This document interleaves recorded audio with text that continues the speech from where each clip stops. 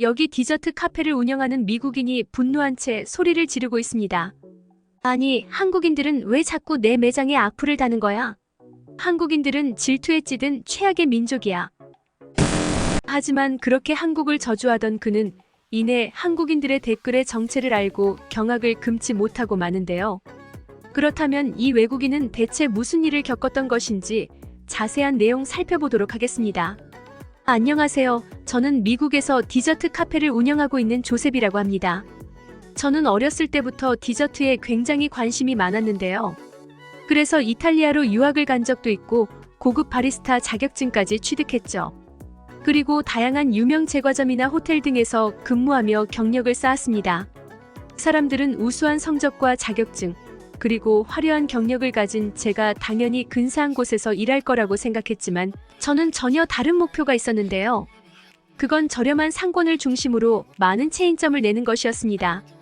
왜냐하면 저는 제가 개발한 음료나 디저트에 대한 자부심이 상당하고 가능한 한 많은 사람들이 제가 개발한 음식들을 즐겼으면 했거든요. 그래서 많은 솔깃한 제안들을 거절하고 LA에 첫 점포를 냈습니다.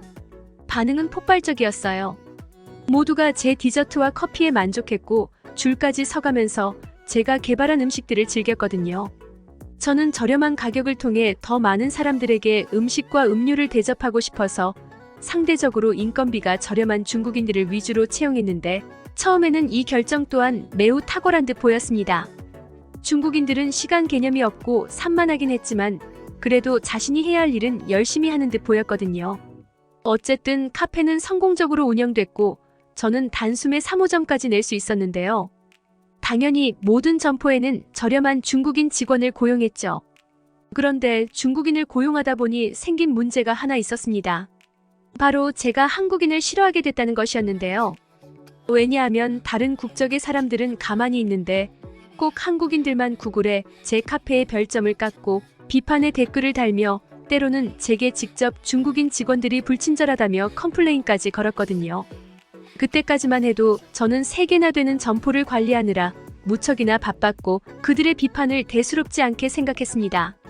그저 한국과 중국의 사이가 좋지 않으니 한국인들이 중국인들을 질투해서 쓸데없는 진상을 부리는 거구나 하면서 말이죠.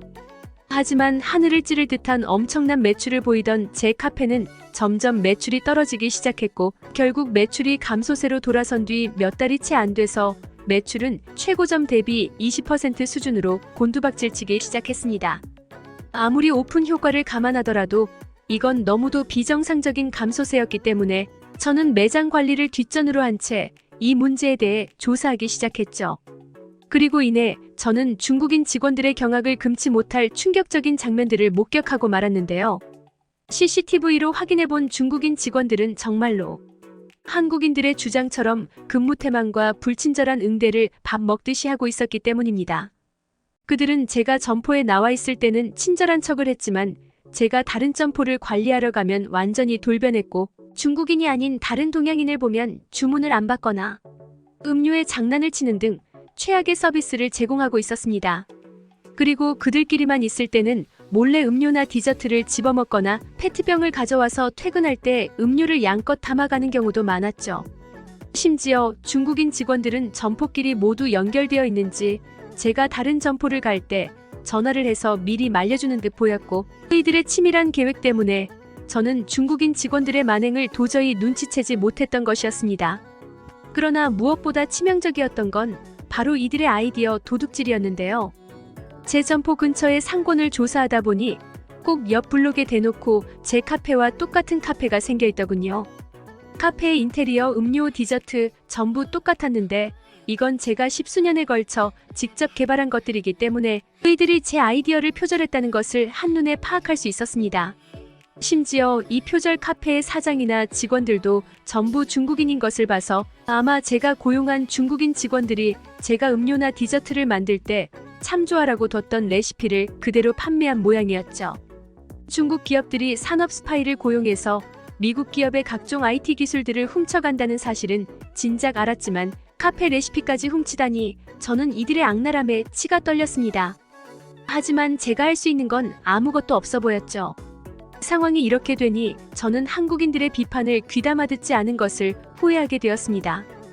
다른 사람들은 그저 자신의 일이 아니니까 그냥 넘어갔지만 오직 한국인들만은 저를 위해 자신들의 시간을 투자해가면서까지 건설적인 비판을 해줬거든요. 생각이 여기까지 미쳤을 때 저는 한국인들이 작성한 비판의 댓글들 중 가장 건설적이고 합당한 댓글을 골라 그 작성자에게 잠시 저희 가게에 방문해 줄 수 있냐는 답글을 남겼습니다. 음식만 만들 줄 알았지 경영에 관해서는 몹시도 미숙했던 저였기에 정말 지푸라기라도 잡는 심정으로 그 한국인에게 부탁했죠. 다행히도 한국인은 흔쾌히 저의 제안에 응했고 그렇게 만나게 된 한국인은 이 근처에서 건축대학에 다니고 있는 젊은 여성이었습니다. 저는 그녀에게 컨설팅 비용을 지불할 테니 제 가게가 어떻게 변했으면 좋겠는지 자문을 해줬으면 좋겠다고 말했고 그녀는 마침 학교가 방학을 맞아 일자리를 찾고 있었다며 자문이 필요하면 자신을 고용하라는 제안을 하더군요. 저는 저희 가게의 문제점을 잘 알고 있는 그녀를 당연히 고용했고 그녀에게 매니저 자리까지 주며 무한한 신뢰를 주었습니다. 그리고 그녀를 고용함과 동시에 제 카페는 엄청나게 변화하기 시작했죠. 일단 그녀는 기본 시급을 올리면서 동시에 팁을 받지 않는 급여 체계와 음료와 디저트 세트 메뉴, 그리고 음료를 1인당 1개씩 주문하면 그 후로 주문하는 음료는 대폭 할인된 가격에 판매하는 시스템을 제안했는데요. 이건 정말 천재적인 아이디어였습니다. 저희 매장에는 디저트나 음료 중 하나만 주문하는 손님들이 많았고 음료와 디저트 세트 메뉴는 그러한 손님들에게 더 많은 매출을 올릴 수 있었거든요. 그리고 음료 하나를 주문하고 오랜 시간 동안 자리를 차지하는 손님들도 덜어 있었는데 그들에게 대폭 할인된 가격으로 음료를 판매하는 것도 정말 좋은 아이디어였습니다. 물론 중국인 직원들은 텃세를 부리는 건지 하나같이 한국인 매니저의 아이디어가 구리다며 반대했지만 저는 그대로 이 아이디어를 밀어붙였고 그녀의 획기적인 생각은 멋지게 통해서 많은 매출을 기록할 수 있었습니다. 저는 이번 일로 한국인 매니저를 완전히 신뢰할 수 있게 되었고 저희 매장의 중국인 스파이 문제와 중국 표절 매장에 대한 이야기를 해주며 그녀에게 어떻게 하면 좋을지 의견을 물어보게 되었습니다. 그리고 그녀는 이번에도 제게 정말 충격적인 제안을 해왔는데요. 그녀는 일부러 형편없는 디저트와 음료를 개발하고 중국인 직원들에게 이 메뉴들은 한 달 뒤에 선보일 거라고 말해놓으라고 했습니다. 그러면 중국 표절 카페가 이 레시피를 그대로 따라해서 먼저 판매할 것이고 그들이 이런 얼토당토하는 신메뉴를 계속 선보이다 보면 결국 실망한 손님들의 발걸음이 끊길 거라는 게 그녀의 의견이었죠. 그리고 당연히 저희는 이 메뉴를 선보이지 않으면 된다고 했습니다. 또한 그녀는 자신은 건축학과에서 실내 건축학 트랙의 학과 수석을 독차지하는 중이라며 인테리어 표절 요소도 정확하게 알고 있다고 했는데요. 그러면서 자신은 이 가게의 매니저이니 이번 일에 도움을 줄 의무가 있다며 저를 흔쾌히 도와주겠다고 하더군요. 사실 그녀는 그저 직원일 뿐이고 저를 도와줄 의무 따위는 없습니다. 하지만 이 한국인 여성은 이 카페에서 일하게 됨과 동시에 모든 일을 마치 자신의 일처럼 완벽히 수행하는 놀라운 책임감을 보여주었고 이번에 복잡한 일도 마치 자신의 일처럼 도와주었죠. 저는 중국인들과는 완전히 다른 그녀의 태도에 엄청난 감동을 받았고 그렇게 그녀의 조언을 따랐습니다. 일단 새로운 레시피를 계속해서 공개하면서 중국 카페들의 혼란을 줌과 동시에 한국인 매니저의 조언을 참고해서 제 카페의 인테리어나 디저트 등을 전부 따라 한 중국 카페들에게 소송을 걸었죠. 그 결과 형편없는 레시피를 그대로 베껴서 메뉴로 출시한 중국 카페들은 그들이 믿기 레시피를 베끼면 베낄수록 손님이 줄어드는 게 눈에 보였으며 소송을 준비하느라 정신이 없는지 중국 카페들은 날이 갈수록 관리가 안 되더군요. 결국 그들이 자멸해가면서 제 카페는 점점 이전의 매출을 되찾을 수 있었습니다. 저는 그저 한국인을 믿고 한국인 말만 그대로 따라했을 뿐이었는데 이런 기적과도 같은 결과를 만들어낸 것입니다. 하지만 한국인 매니저는 이에 만족하지 않았습니다.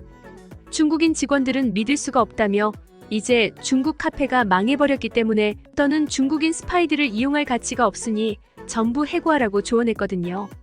저는 당연히 그녀의 말에 따랐고 그렇게 생긴 빈자리를 그녀의 한국인 대학생 커뮤니티에 속해 있는 한국인들로 전부 채웠습니다. 한국인들은 서로 도우며 빠르게 일에 적응해 나갔고 친절하고 책임감 있는 한국인 직원들 덕분에 저희 매장에 대한 평가는 날이 갈수록 좋아졌죠. 한국인과 중국인은 그야말로 완전히 다른 사람들이었던 것입니다. 지금의 상황은 어떠냐고요? 저희 매장을 따라 한 중국 카페들은 표절에 대한 판결이 나오기도 전에 식품위생법을 수차례 위반해서 전부 영업정지 처분을 받았고, 저는 미국 전역에 체인점을 8개까지 늘렸습니다.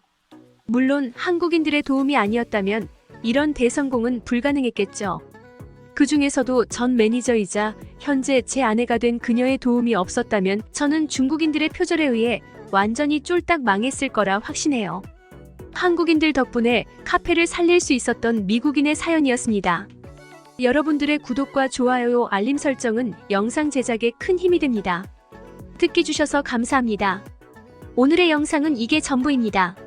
모두가 건강하길 바랍니다.